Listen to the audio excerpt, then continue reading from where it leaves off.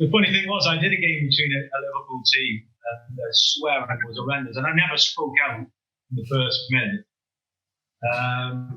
But it was a Scouse team against a Danish team, I think, and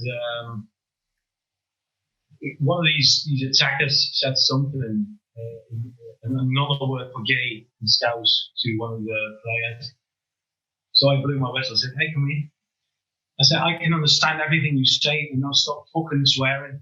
and then he says, "Oh my God, this referee's English. Boys, don't swear anymore, don't swear anymore." So that was cool.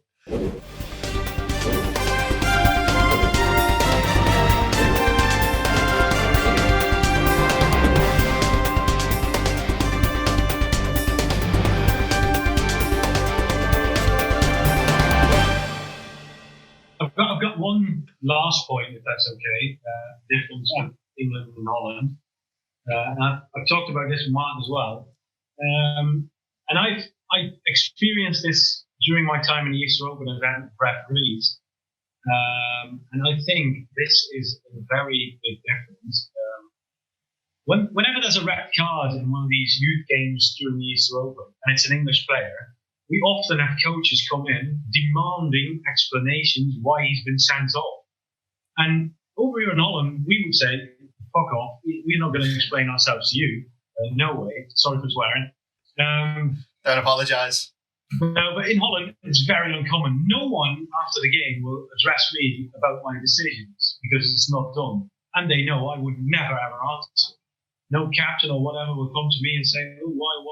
And I don't feel like I have to explain myself to them. Again, they're never going to agree, so there's no point in it. But I think, again, this is a culture thing where English referees seem, on the pitch as well, because of the games I've seen in England, more willing to explain their decisions to captains and managers, where they feel they can sort of demand explanations for things they're never going to agree on. So you get loads of discussions in the end, which I could think needs to be prevented if you say, "No, I'm not going to go discuss my decisions with you." Over here, again, it's not done. I've been in the boards of our local club, and we also had an agreement that no one would ever challenge a referee after a game because it's not done. That's brilliant. That's the difference again. In fairness, though, some of them are very entitled, and you'll get some that's a serious pain in the arse as you never please them. But there are many out there who in fairness, have come to me after the game. We give them a bit of time to cool down. I have learned stuff from them having input, but a lot of them do come there just to vent the spleen. And it's really, I was thinking about this when you were talking, mate, is that when we went over with all the referees from Western Super there, all those years ago, a couple of times, it was dead funny because all the English teams after like day one or day two, they go, "Oh my God, thank God, we've got English referees, not that lads from Germany, or not that lads from Holland, or not that lads from Denmark. Oh, the English referees are so much better." And I just say to them, "Hey mate, when you get home, remember that. Remember the ones that are good when you get home, because that's a good one, I'm refereeing you think we're all shite."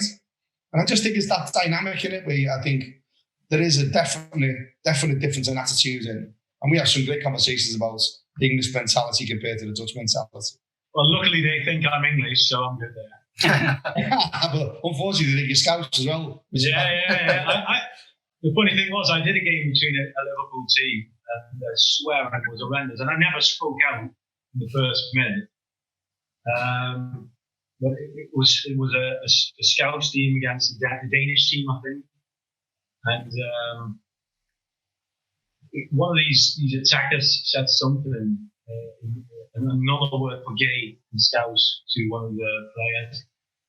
So I blew my whistle and said, "Hey, come here."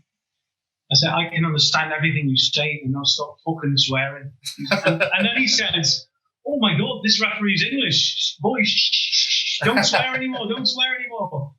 So that was cool. But listen, that is, I'd say that's brilliant match control without having to dish the cards out, because by rights you'll get some robot referees that say, "Oh, you should have sent him off. as per the laws of the game. But what you've done is you've kept 11 players on each side, or what, I'm assuming it was 11 aside at that point. And kept the game going, and you've instantly stamped your authority on an entire team who thought they could take the piss like that. And you've done it in a way which now, telling that story, is a funny story. I've mentioned so many times that I remember going to an RA to do a presentation, and we talked exactly about that swearing. And we said, right, and we had one swear word up, I won't say what it was. Swear word, we said, would you send this off if the player in the very first minute, just after kickoff, said that to you?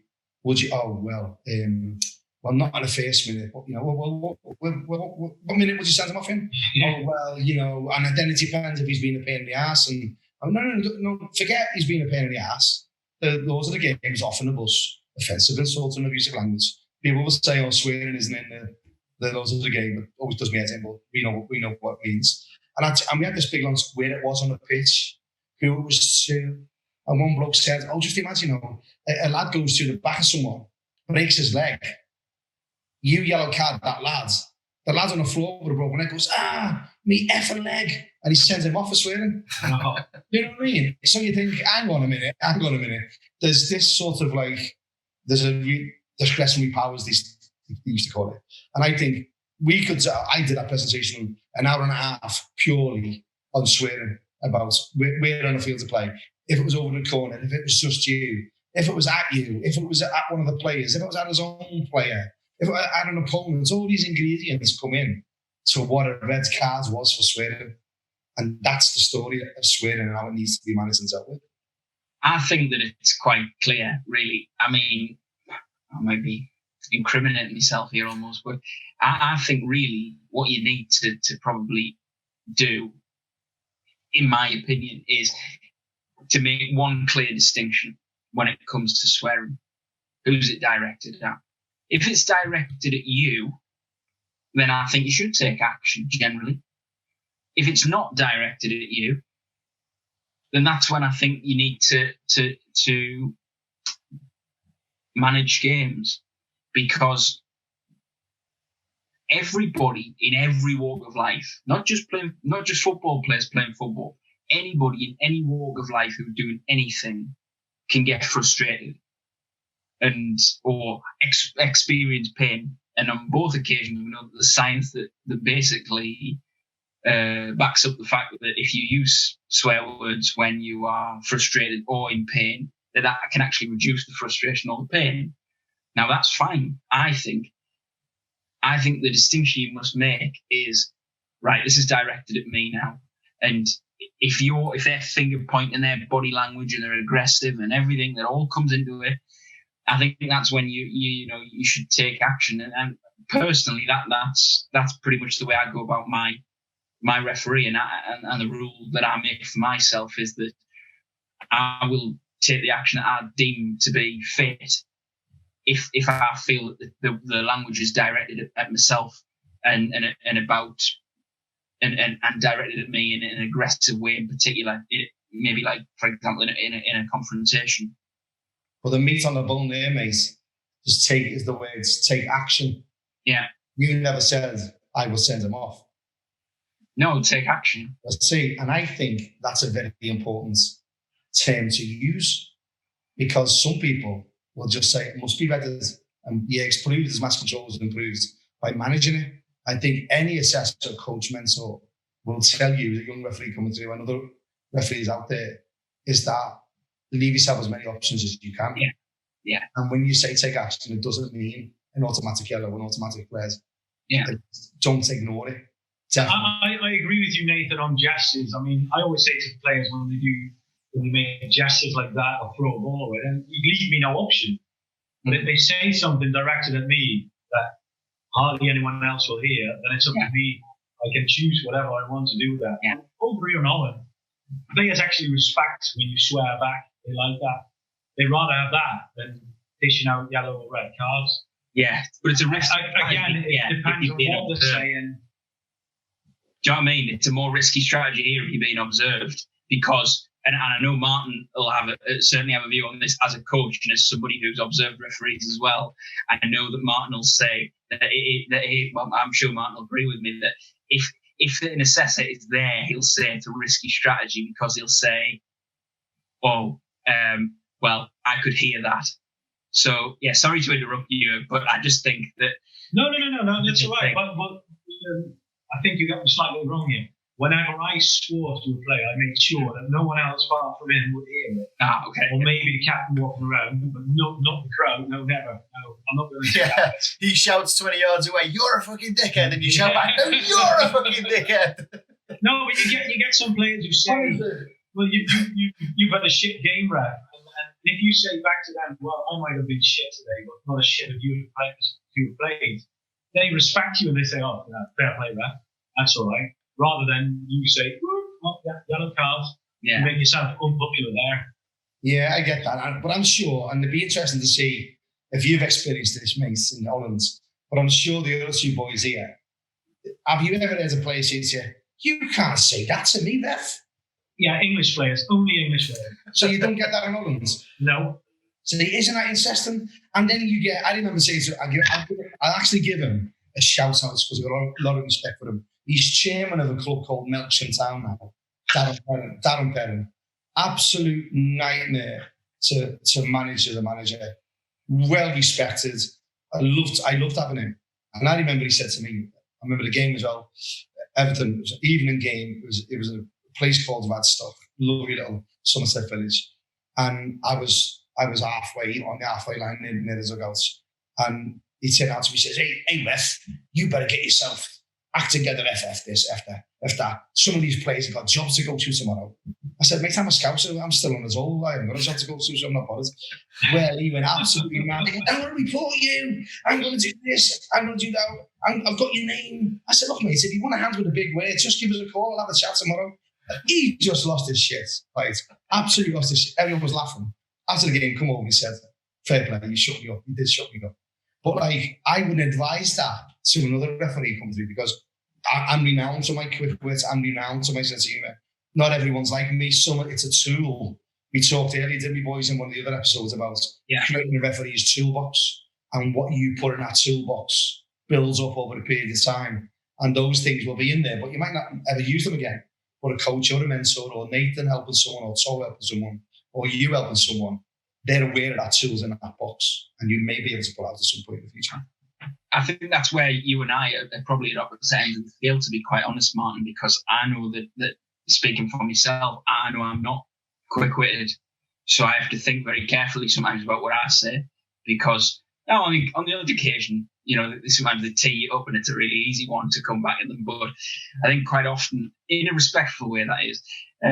But no, I think that quite often I have to think more carefully because I don't have that quick wit. And that's why I think that, you know, when you're coaching referees, you'll know some are a little bit like you and some are a little bit like me. And so I think that obviously the guidance that you offer them in terms of how do we go about managing these situations is always going to differ because it's not only your style of refereeing, but also your manner on the pitch. Some referees have a big presence and some don't. Yeah, well, don't get me wrong. My sense of humour has got me in the shit a few times. More than once coming through the ranks where I remember saying to a bloke, I won't say his name, but when I moved out to Somerset, you pick up something little colloquialisms that they say, like in Liverpool, they say busies, don't they, and stuff like that, or all right, lads, soft lads. But down here in Somerset, they call each other, all right, handsome, all right, handsome. So I started saying this, hey, handsome, come here, let's have a word. Well, this lad was a pain in the ass. And he wouldn't listen. And he was ugly as sin. He hit every branch on the ugly tree, falling down on it. And I said, hey, handsome, come here. And he was like, you taking a piss? You ever taking a piss? And I was like, oh my God. I said, mate, no, listen, I call everyone handsome. You know, it isn't like, and I just know what to do. And he basically got away with me for the rest of the game.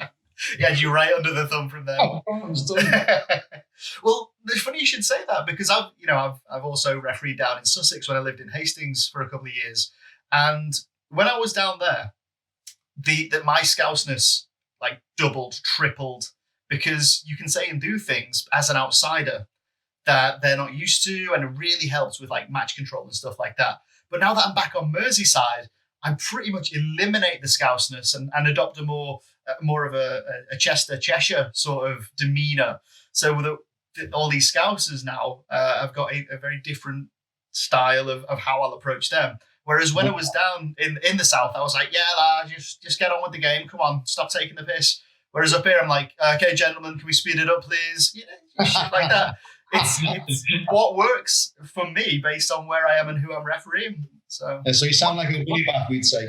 What are you refereeing, Ant? What are you refereeing, Ant? A snooker match? Oh, mate. Brilliant. If they were having a kickabout on a snooker table now, I'd referee it. I don't care. Before we wrap up, mate, I want to say thank you for giving us what we've been in. I know we're going to edit it, but we've been here for an hour and 20, which you're an hour ahead over there. So it's like, obviously, you know, what is it now over there? 20 past 10? Half 10, yeah. Like that. After 10. So, you know, it's great to have you on board. And I said a while back, you know, we love your input. And I'm sure we'll have you on again because there's lots we can talk about. You know, I just hope that people listen to this and Anthony and Nathan have got, you know, the benefits out of having someone like you. Excellent. 100%. And use this opportunity as well. Because like I said, when this episode goes out, at that point, we'll have hit the 10,000 viewers mark easily. Plug the Easter Open or whatever you've got in the pipeline coming up. Fingers crossed.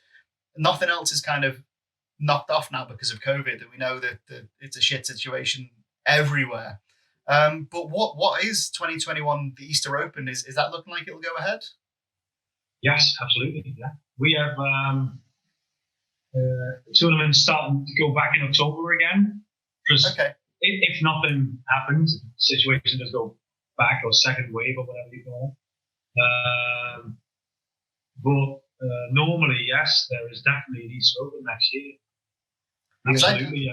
I did 2 Easter Opens, one in 2006 and one in 2007.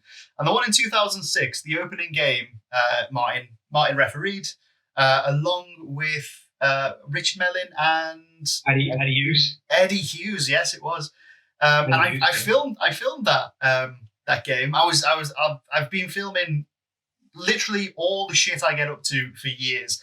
And it's just that footage had been sat on a hard drive, not doing anything. And I put it on, didn't I? You are the ref, you make the call video taking the piss, because you never cracked more of a quick walk. And I was like, he's getting up to top speed now. This is Martin Cassidy, full pelt. Listen, no one would beat me over the first 7 inches. It's true. But that was the opening game in 2006, which was a Dutch national team a Dutch youth national team against all of the managers and whatnot. The season after that, the 2007 one, was the most mental game I've ever been involved with, because it was like this eclectic collection of Dutch celebrities. Now, I was on the line of that one, and I recognised the fella up front. I can't remember his name. He used to have a big mop of hair, but for this, he like shaved it all off. I'm pretty sure he was like a Dutch centre forward, and he was taking the game so seriously. Like it was a proper international player. But the rest of his team was like Z-list celebrities off the Dutch version of X Factor, people off Dutch Big Brother, and I've got pictures from it. I'll throw one up here. But there was this one fella. He must have been about 4 foot tall, and his face was like it had just been scrunched back. And he'd been on Dutch Pop Idol or whatever it was, as like one of these fellas that went on that couldn't sing. I know, yeah. And he jogs on as a substitute. Maybe lasts 3 or 4 minutes. I'm pretty sure the ball hits him in the face. He's wearing these little glasses. They got mashed up, and then he ended up just coming off. And I'm there on the sideline going, what the fuck's going on here? But that was mad. I loved it, though. That was so mad. I think it was snowing that weekend. Yeah, it was. One of the worst. One of the worst. And another thing that I got taken the piss out of is I went out thinking it won't be that cold. And I got to the pitch, and it was freezing. And I was like, I don't care what it looked like. I had short sleeves on, and a pair of black gloves, and I look like a right bellend. What? When's this played? Is it played in winter or is it played in summer? Well, it's March, April. And right. we've had snow, we've had rain, we've had 30 degrees, we've had every sort of weather. Right. It's brilliantly organised, and they genuinely love having English refs there. They look after the game. It's just brilliant. We loved going over. I'm really hoping to do a competition abroad at some point in my career, because I think it would be a really special thing. I loved it. There was a two-way referee who's retired now called Richard Martin, and he was coming through the ranks then. He hadn't long started. I think he was like maybe 15, 16. Really nice kiddie. Still is a really nice kiddie. And we had another lad who's on our page called James Sherratt, and another lad called Anthony Sherratt. Anthony Sherratt also got to 2A, and you might listen to this because he's still in touch with us. Now, Anthony at the moment is head of sales for Tetley's over in the UAE. Really responsible job.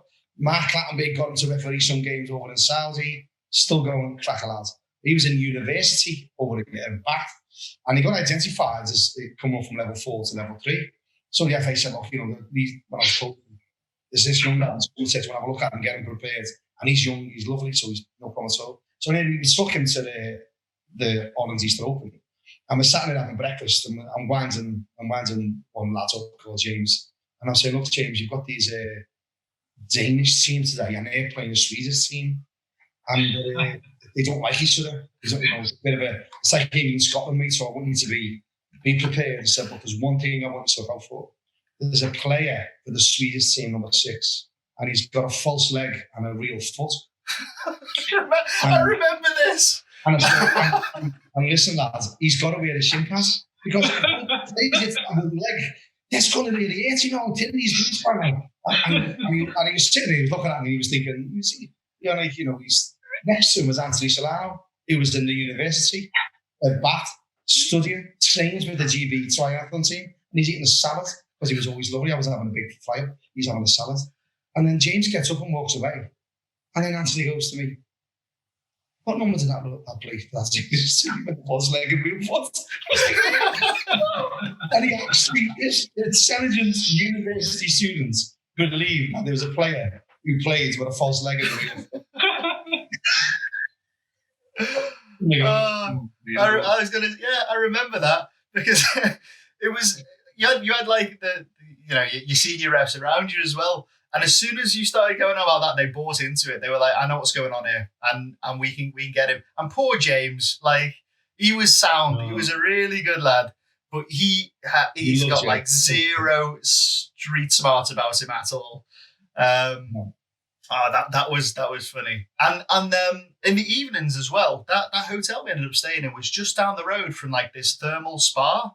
So we all had hydrotherapy every night. I come away from the Easter Open a new man, because I'd get in there, that hydro spa, at the end of the day, my legs wouldn't work. I'd run about 25 kilometers over the course of the day, got into this thermal spa. And I remember as well, there was a separate bit where you had to go in completely stark bollock naked. Yeah. But all the instructions to do that were in Dutch. So in walks these 20 referees, and we start using all these facilities, and these Dutch people are like, what are they doing? Anyway, they start tugging on the shorts. I'm like, the fuck are you doing? You're grabbing me pants like that. In the end, we kind of twigged on that. Yeah, it was. We were meant to get our knobs and bollocks out, and we just left. We were like, yeah, we're British. We're not about that life. So, do you know what? It's one of the things about tournaments where they are brilliant, Nate, and I hope you do go. And I'd highly recommend going to the tournaments in Apologies, because it's brilliant. And I'll be going to the next one as well anyway. So, but there's loads of, it's the learning you do on the pitch, the learning you do before the pitch, but it's the crack you have. And that makes those friends that then you can call upon when you come back home and you're having a tough day. You might have a bad game, you need someone to call. And these bridges and friendships are made there. And there's another shout out I'd like to give to a lad called Dave Bryant, who was we went outside in those that came back, there was a part that you went through this like plastic gate on the front, like in front of a car wash, with the slats. And you went outside in the open air. It was lovely. All the stars shining. Because it was freezing that weekend, it was like a mist everywhere because the water was hot. And then we're all going round, and then Dave Bryant goes to me, Matt, I think there's 2 girls over there snogging. Have a look. And you could see through this like mist. It was like a Jack the Ripper movie. The mist just opens up a little bit. And there's this lad, these 2 people snogging. Lovely long hair, one's blonde hair, one's black hair. He goes, Scouts, let's swim over there and have a look, In Holland, they all do that, don't they? They all snog, don't they? These lesbians and stuff. And I said, go on, team, behave yourself, just go over. And he swims over through the fog, and as he gets nearer and nearer, he shouts back, oh, Scouts, it's a bloke with long hair. Just couldn't be brilliant. I love tournaments. We could fill 2 hours with anecdotes to these, Rob. We definitely could. I tell you what, though, you mentioned doing the next one in 2021. Sign me up for it now, because I'm talking about it. It's like kind of whet my appetite. I need to get back out there. I need to do these tournaments. I need to get back in that thermal spa, not the nudist bit. And then just have come back with these amazing memories. And anyone else that's watching this as well, I'll put a link up to the website, and I'll include it in the comments in the description below. It's one of the best run tournaments for referees from all over the world to come, and you get really looked after. And like I said, where are we now? 14, 13 years later, we're still cracking on about it because that's how good the experience was. Yeah, and I was going to go. We were booked to go, but I mean, I booked and never did. And then COVID coming in. Well, I'll definitely be there the next one. And there's a few people showing interest on the Facebook page. We've been in touch a year ago already, where we might be able to take over a little bit of a team of people from the Ref Support page, and we can all meet each other, have a crack, and maybe have a bit of a pint or two. And no swearing. Wasn't there a story with an inflatable aeroplane though? I'll just leave that there. I'll leave that one out there. But I definitely remember an inflatable aeroplane, and it got passed around everyone. And if you had it, you had to just be continually drinking. That's a story for another episode, though, because some of the shit that happened with that is like, it's for another episode. No, it's brilliant. Well, listen, say hello to Tina Van Geert is the guy that runs the tournaments with Jörg for Tina Van Geert's Skate Sports. There's many tournaments, youth tournaments. Great guy to be involved in. So please send him Yeah. So I think we kill it. Cool, yeah. Outro. Anything else anyone wants to plug? Anyone got anything else going on? Yeah, well, I'm just obviously, again, every Friday we've got the Third Team blog, which I produce. And if you go on the Third Team website, www.thirdteam.co.uk, you can join the mailing list and receive it directly to your inbox, 5 o'clock UK time. It is most weeks. Hopefully it's a good read. We've had some really good feedback from some really kind of key players in refereeing in this country recently, and overseas as well. We've got a number of sort of FIFA officials and things that really enjoy reading our stuff. So it's all really good, and obviously we're looking to build the mailing list and get as many people on as possible. So yeah, brilliant. Highly recommend it. Very good. I want to thank you, gents, for having me on and giving me the time and space to talk to you. I think it's brilliant what you're doing, and I'm going to keep listening. So thanks for that.